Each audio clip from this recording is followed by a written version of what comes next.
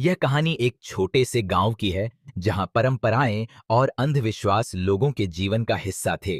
गांव में एक ऐसी स्त्री की कहानी थी जिसकी आत्मा वर्षों से गांव के जंगल में भटक रही थी।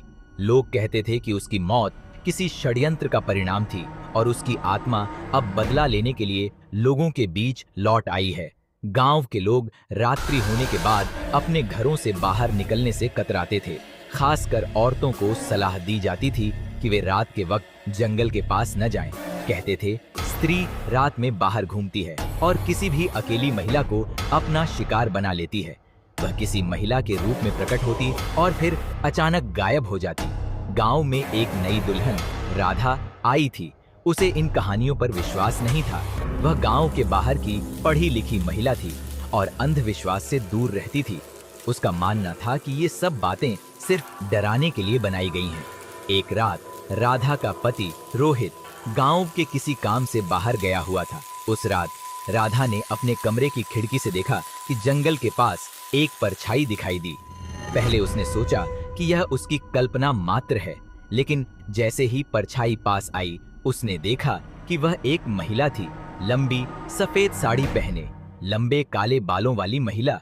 उसका चेहरा साफ नहीं दिख रहा था। राधा को थोड़ा डर तो महसूस हुआ, पर उसने खुद को तसल्ली दी कि यह कोई गांव की महिला होगी। तभी उस महिला ने राधा की ओर देखकर आवाज लगाई, राधा।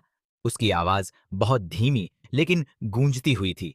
राधा ने दरवाजा बंद करने की सोची, लेकिन उसके पैरों ने उसका साथ छोड़ दिया। बीते दिनों की सच्चाई। अगले दिन गांव के बड़े बुजुर्गों ने राधा को बताया कि कई साल पहले गांव में एक लड़की थी जिसका नाम सविता था।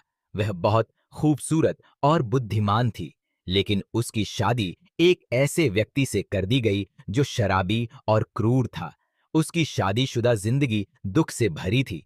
एक दिन उसकी हत्या कर दी गई, लेकिन उसकी हत्या के पीछे के असली कारण को कभी सामने नहीं लाया गया।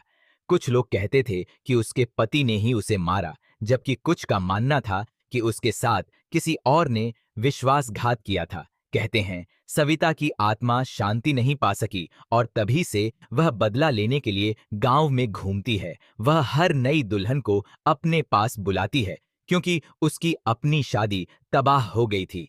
राधा की हिम्मत। राधा ने ठान लिया कि वह इस रहस्य को सुलझाएगी। वह गांव के बुजुर्गों और अन्य महिलाओं से मिली और उनकी कहानियों को ध्यान से सुना। उसने महसूस किया कि सविता के साथ न्याय नहीं हुआ था और उसकी आत्मा इस अन्याय के कारण भटक रही थी। राधा ने तय किया कि वह सविता की आत्मा से सामना करेगी। एक रात जब उसका पति फिर से काम से बाहर था, वह जंगल के पास गई। उसने देखा वही महिला फिर से सामने आई। राधा ने साहस जुटाकर पूछा, तुम कौन हो और मुझसे क्या चाहती हो? महिला ने धीरे धीरे अपना चेहरा उठाया। उसका चेहरा विकृत था, लेकिन उसकी आंखों में गहरा दर्द था। उसने कहा, मैं सविता हूं। मुझे न्याय चाहिए। मेरी आत्मा तब तक चैन नहीं पाएगी जब तक मेरे साथ हुए अन्याय का बदला नहीं लिया जाएगा। न्याय का रास्ता। राधा ने ठान लिया कि वह सविता की कहानी को दुनिया के सामने लाएगी। उसने गांव के सरपंच और पुलिस से बात की और सविता की हत्या की फिर से जांच करवाई। धीरे धीरे सच्चाई सामने आई कि सविता की हत्या उसके पति और कुछ अन्य लोगों ने मिलकर की थी। अंततः उन दोषियों को सजा दिलाई गई। जैसे ही न्याय